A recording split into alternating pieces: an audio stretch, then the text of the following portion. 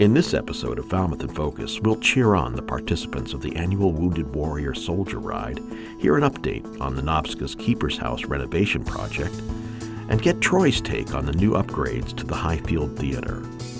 All this and more on this edition of Falmouth in Focus.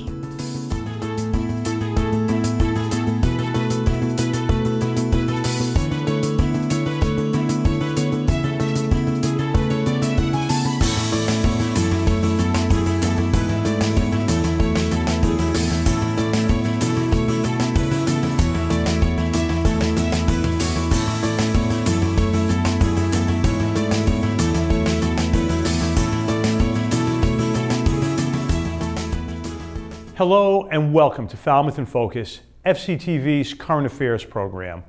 I'm your host, Michael KASPARIAN. Effective May 29th, Governor Baker removed the mandate for the wearing of masks in outdoor and most indoor public settings. Both the Falmouth Board of Health and the Falmouth Select Board also voted to remove their mandatory outdoor mask zones for the Main Street area downtown and the Water Street area in Woods Hole. Private businesses are still able to make individual decisions as to any requirement for the mandatory wearing of masks by customers who visit their premises. FCTV encourages you to visit the Falmouth Town website, falmouthma.gov, for the latest information about vaccine availability and masking guidelines. The Wounded Warrior Soldier Ride returned to Cape Cod for the 10th year on May 21st. The 10-mile stretch of bike path on the Shining Sea Bikeway allowed a lot of room for the community to cheer on the Warriors as they rode from North Falmouth to Woods Hole and back. This is the 10th year for the Wounded Warrior Soldier Ride, and it is a rehabilitative ride for Wounded Warriors doing comeback tours from all over the country. The soldiers will come in, they learn how to get back on a bike. It's part of the bonding experience and getting to bond with other veterans with like interests and like problems. And Falmouth, as a community, has been extremely supportive over the years. Soldier Ride teams go to numerous cities all over the nation. We bring typically 30 to 40 or so warriors. They come from their hometowns, wherever they got out of the military from or wherever they finally settled. At 100% free, no cost to the warrior, we will bring them together for a couple days of riding and camaraderie and just getting back together with their brothers and sisters at arms. We really try to push a healthy lifestyle, living outside, being outside, and so we get to do that with these events. So this is my second ride. I did one years back. This is an accomplishment by just participating, and it's a challenge for me to be able to get out and accomplish this is one of my goals. I think the care of the community a lot of times is the cure for some of the issues that we're facing. That sense of solidarity and brotherhood and friendship is very important. Also physically, I've always managed a lot of emotions just being by physically active. I think just the kindness of others does a lot to heal the heart. So I'm happy to be a part of this. Our Falmouth Ride, Cape Cod Ride, is the first one since COVID started, kicking it off to start the national campaign again to get the soldiers back onto the bikes across the country. At the start of every ride, we are always looking for community support. We do goodie bags for the warriors. We hang posters. We have volunteers that come out here and do the bike path. We have crossing people and organizations and groups from Falmouth that do all the crossings along the route. They have a military crossing where I look for military personnel. They come in from all over the place in Falmouth and Upper Cape. We're just keeping track of where they are on the course while advising the next place. So here the next line is finish line. So we let the finish line know they're coming because they have an honor guard there for them. So we do. The club also does Falmouth Road Race, Cape Cod Marathon, lots of other things, all public service. Well, I'm really proud of our town for hosting this event, and thank goodness that these guys have a beautiful place like the Shining Sea Bikeway to take a ride on. And we welcome them every year, and I'm so happy to be a part of it.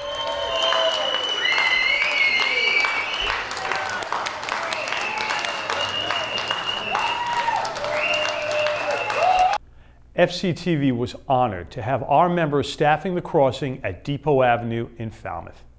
Thanks to Andrew Richards, Gunnar Keenot, and Eileen Preston for that story. It's time now for 3 Things from Town Hall, FCTV's condensed version of the takeaways from recent municipal meetings. Selections are chosen based on community impact. In this past Monday's meeting, the Select Board heard an update from the Beach Department regarding its seasonal operations. Maggie Clayton from the Beach Department gave the board this update, which included operating procedures from various town beaches, beach sticker sales update, staffing, and beach parking. Ms. Clayton also reported that, like other Cape towns, Falmouth is too struggling with finding adequate lifeguard coverage for the beaches due to COVID-19. Staffing-wise, again, fully staffed and able to take on that additional responsibility for the parking attendant side. Clerks are fully staffed. We are experiencing challenges in our lifeguard division. For anyone who saw the Boston Globe article that came out, we are not the only Cape town who is struggling due to COVID-19 impact of classes not being held last year for certification. There is a delay in people coming into this process. And though we did our traditional and above advertising, we are competing with other industries who are also experiencing hiring concerns. So, Senior Center Director Jill Bishop presented an update and plan to the board in this last meeting about the Senior Center's reopening plan, new procedures, and a date to finally open the doors to the new Senior Center. Ms. Bishop included 3 phases of the reopening plan, which culminates in the grand opening and ribbon cutting of the building on the morning of June 30th. We're recommending that we keep the building closed as we progress through phases of the soft opening as follows.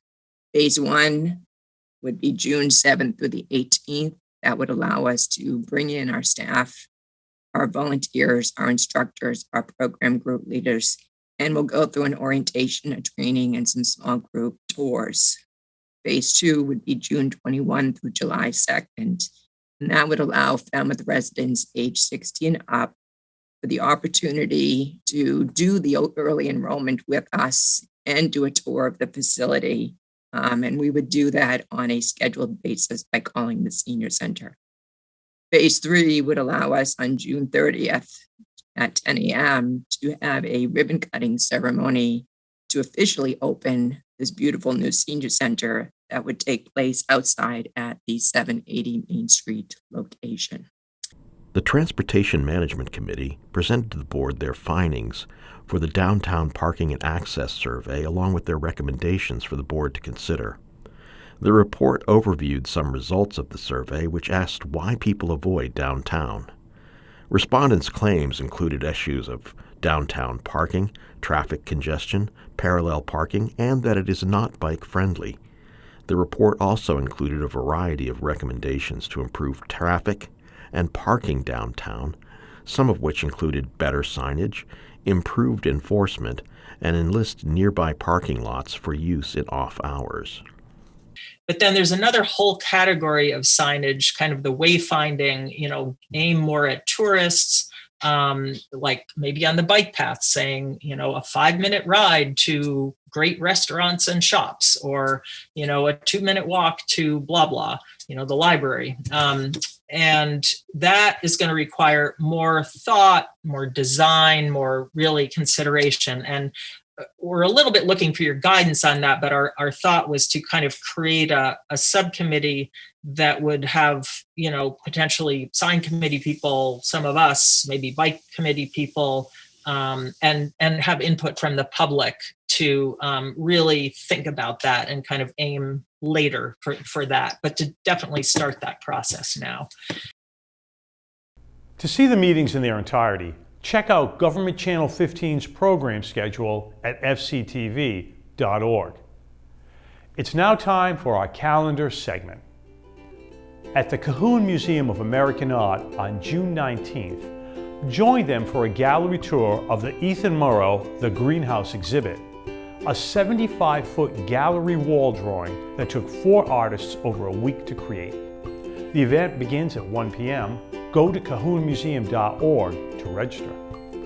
Also on June 19th, join the Woods Hole Library as they mark Juneteenth, the day when slavery was finally abolished in the United States, with a storytime reading of the book All Different Now by Angela Johnson. The reading will be held at 11 a.m. to match the original date that the last slaves were freed in 1865. Go to woodsholepubliclibrary.org for more information. The Massachusetts Breast Cancer Coalition will be hosting its annual statewide Against the Tide athletic fundraising event as both virtual and in-person events this summer.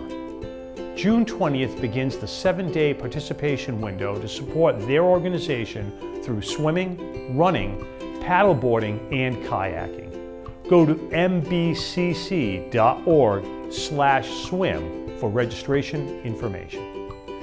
And finally, don't forget to join us on June 24th at 7 p.m. for the next virtual installment of our open mic series, Poetic License. Sign up for another night of poetry and prose, stories and songs with entertainment provided by you and your friends and neighbors. June's suggested theme is again Mamas and Papas, to recognize all the special people we celebrate on Mother's Day and Father's Day. Pre-register by Wednesday, June 23rd to receive your Zoom login information. Check out fctv.org for more details. We're going to take a quick break, and when we return, we'll visit the Nobska Light Keeper's house for an update on the renovation. Stay with us.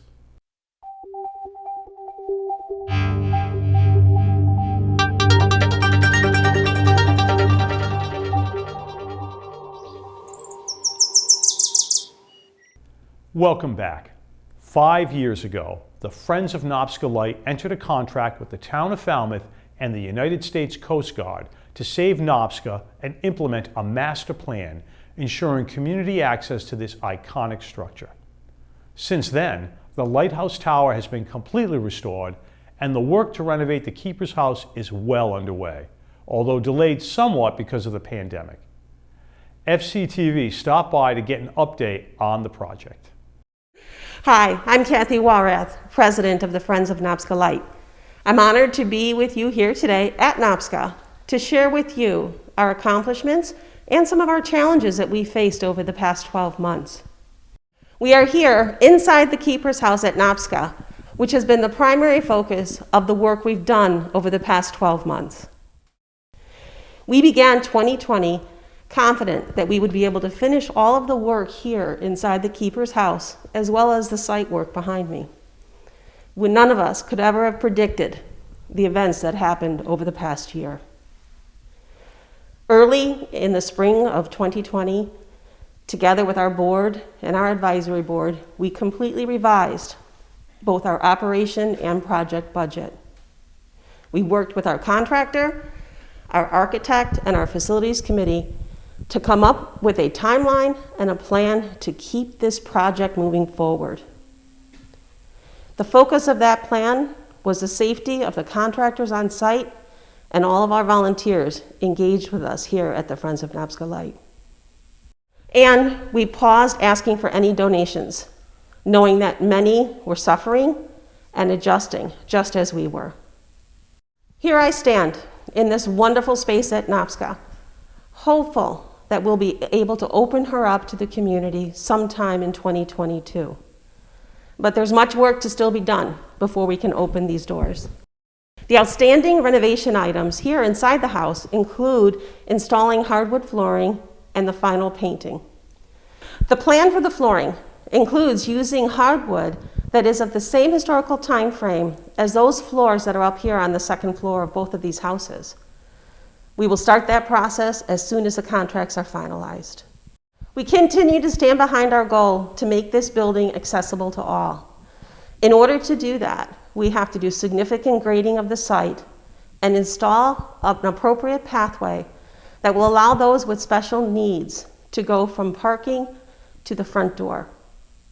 But that's not all that's included in the site work. Nobska needs a new septic system, outdoor lighting, landscaping, a hardscape patio between the keeper's house and the tower, and many more items that add up. We are proud and grateful for all that we've accomplished over the past 12 months and look forward to completing the site work as soon as resources are available. Until that time, all of us continue to enjoy the outdoor beauty that surrounds Nobska. Go to friendsofnobska.org to keep up on the status of the project. Thanks to Andrew Richards for that story. With summer almost here and life beginning to return to normal after 15 months of dealing with the pandemic, it's okay to have some re-entry anxiety about going back to work and being out and about with large groups of people. We checked in with certified health coach Patty Burke to get some strategies to help us cope with our anxiety. We're trickling back to the office in a changed world. And as we re-enter, our workspaces feel different, we feel different. Folks are worried about how to stay safe in indoor environments, how to discuss their comfort level, and especially worried about, is their life going to become more frantic and busy than they want it to? And it can take a toll on our relationships and productivity. This can create a lot of anxiety for many of us, and here's why. Our brains do not like change. We don't like uncertainty. Many neuroscientists agree that when we, as humans, go into new territory, like going back to work or lifting our mask off our face after a year, our brain and body responds in a way that protects us naturally. With new situations, we go into high alert. We are biologically wired that way. But no need to worry, we have some coping strategies. For the employer, create a plan to empower people for flexibility. A plan that encompasses policy, physical space, and technology. Invest in a space and equipment to help your workers with tools that will help to optimize their productivity. Combat exhaustion and set the tone from the top. Consider how to reduce employee workloads. Embrace a balance of collaboration and create a culture where breaks are respected. Enhance your level of communication and empathy for employees. Let them know that you hear and respect their individual concerns. For you as an employee, ask questions and be in the know about policies in your community and in your workplace. Set boundaries and priorities that work well for you and stick to them. You get to decide what makes sense for you, your family, and your own health. Calm your brain, breathe, and be present and aware of what you're consuming through your 5 senses. This all has an impact on our nervous system. Look on the bright side. Get curious about the situation. Curiosity feels better than anxiety. And try to practice gratitude to yourself and to others.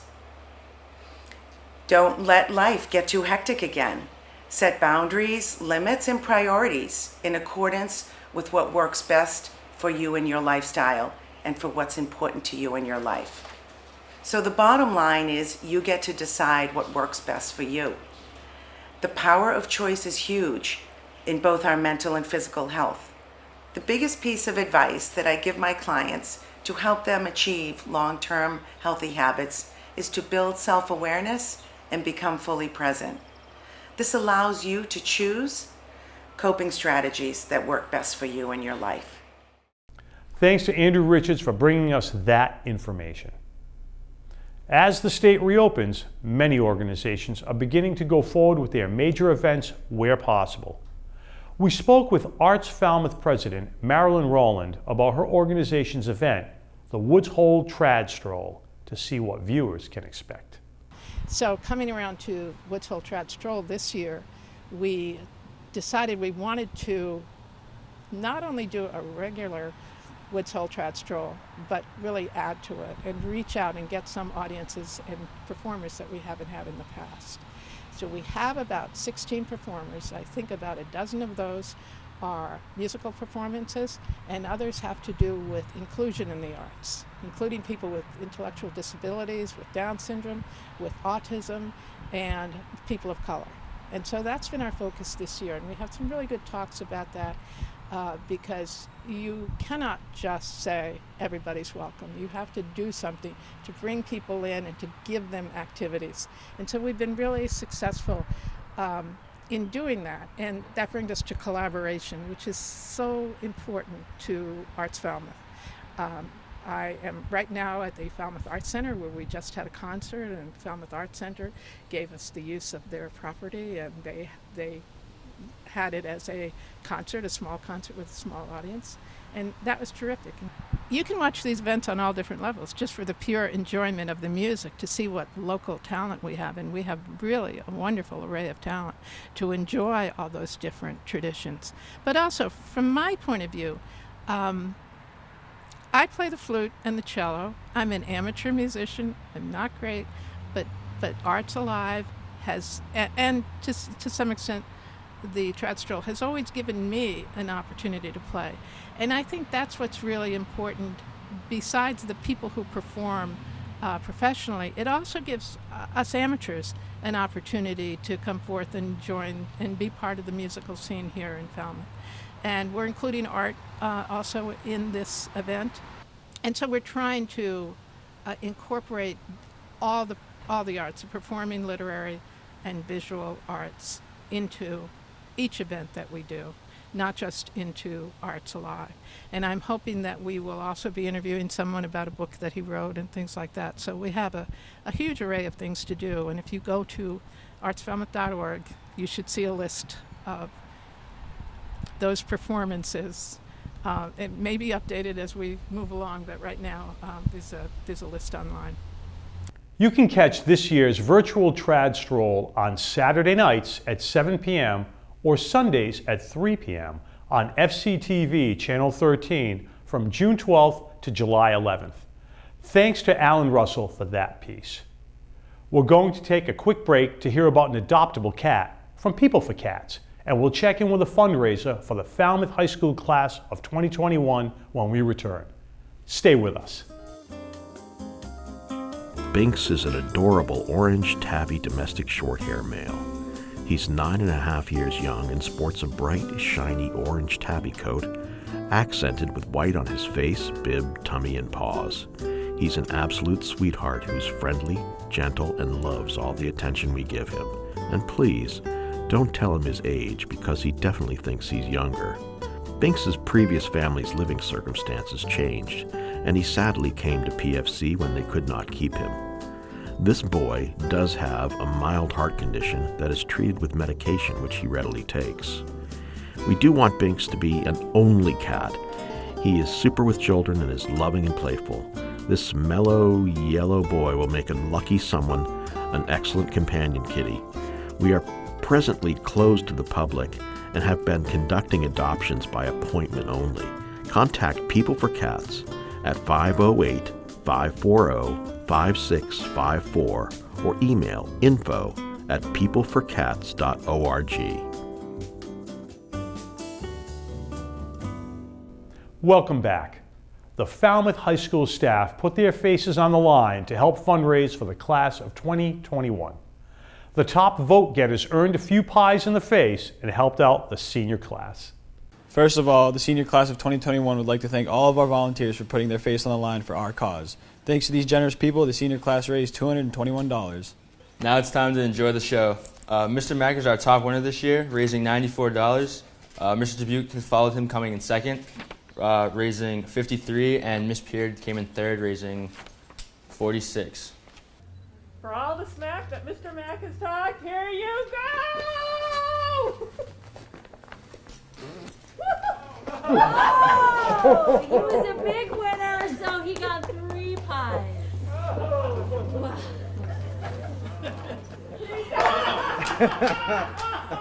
2, 1, go!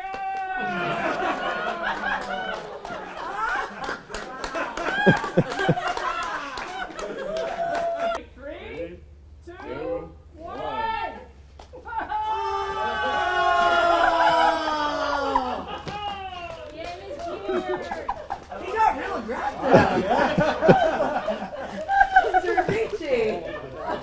Hi everybody, this was a great fundraiser and we had some amazing faculty members that put their face on the line for the senior class. Thank you all, and I hope you enjoyed the show. Thank you to Ryan Weber for that report. The Ocean Twilight Zone is a layer of water that stretches around the globe. It lies 200 to 1,000 meters below the ocean surface, just beyond the reach of sunlight. Here's a video from the Woods Hole Oceanographic Institution that gives us a glimpse of the animals that live in that largely unexplored habitat.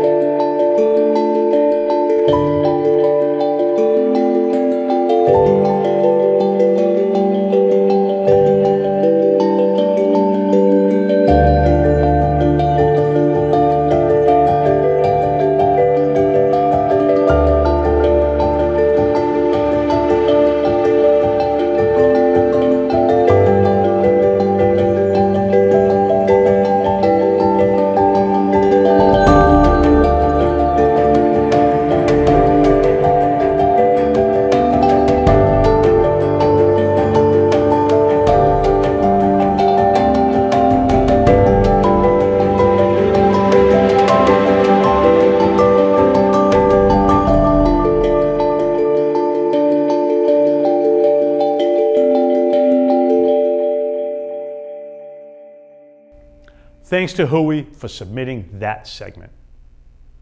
Since the pandemic shut theaters down last March, members of both the Falmouth Theatre Guild and the College Light Opera Company have been hard at work making improvements at the Highfield Theatre. Here's Troy's take on what theater goers can expect come this summer. Thanks, Michael. I'm here at the main entrance to Highfield Theatre. You know, this spot many years ago was a barn. It was part of the Beebe estate next to Highfield Hall, and it was the summer residence of the Beebe family. Today, for more than 50 years, it's been the loving home of the Falmouth Theatre Guild. And like so many other organizations, they could not have performances during the pandemic. So what they decided to do was have a performance of their own and do a complete and loving renovation of this beautiful community theater spot. So today they're hosting an open house, and we get to go in and show you the renovations of the Falmouth Theatre Guild. So come on, let's take a look. Brett, you are now the president of the Falmouth Theatre Guild, this amazing nonprofit that brings joy to people from all over the world. And so we're here in this beautiful, newly renovated theater with the audience to our backs. Tell us about this project and what it means to the FTG. Okay, well, to start with, we decided to use our downtime most efficiently since we couldn't do shows. We were like, let's let the theater be our show and do a new set design, costume design, whatever you want to call it, you know, redesigning of the look in the theater. And we can start with the audience area here. We went with new wall colors. And it's the same color all over. It was a couple different colors in the previous look. Went with a light gray called Silvery Moon. Redid the cornice colors over the panels, the wall panels there with a maroon. Painted the floor, which had not been painted, I believe, since the chairs were taken out and reupholstered back in 1999 or 2000. So it's been at least 20 years. Since the floors and walls, I believe, have been painted.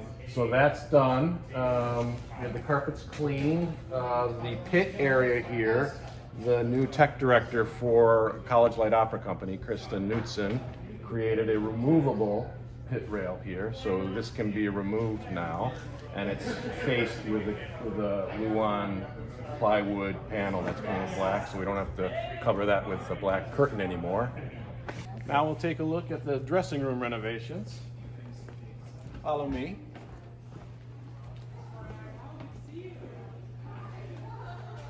In here, we can start with a new floor. We had new vinyl flooring put in. Has kind of the wood flooring texture or look to it, but it is vinyl. Very durable, high quality, so that should last quite a long time. We're in the process of finishing it, haven't quite finished, but there's going to be new lighting, strip lighting LED all the way along here, as well as continuous mirrors underneath. Wonderful. Shelving was increased in size by a couple inches, so it's a little wider.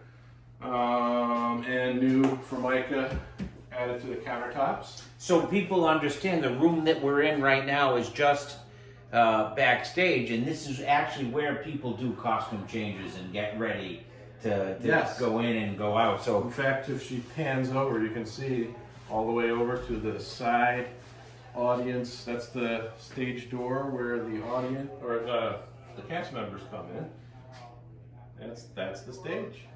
So as we've heard, members of the community will gather here in this beautifully renovated theater this fall for the next production of the Falmouth Theatre Guild.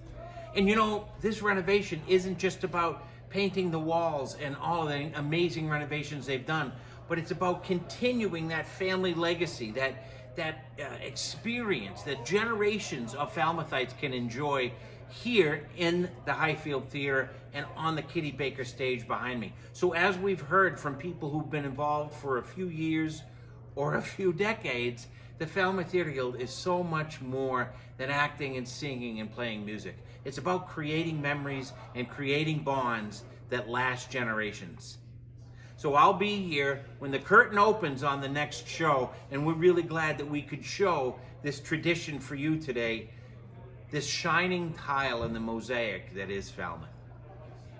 I'm Falmouth Enterprise columnist Troy Clarkson, and that's my take from the Highfield Theatre. Michael, the show must go on. Back to you. Thanks to Troy Clarkson and Donna Buckley for that story. FCTV wants to remind you that television can be as easy as hitting record on your smartphone. We'd like to invite all Falmouth residents and visitors to share their slice of life with us. Email us your photos and videos or upload them to Facebook, Twitter, or Instagram using the hashtag MyFalmouth or Falmouth in Focus to be featured on the show. Thank you to our most recent contributors. We leave you now with the sights and sounds from around Falmouth through the lenses of some of our FCTV members. Thank you for watching Falmouth in Focus. We'll see you next time.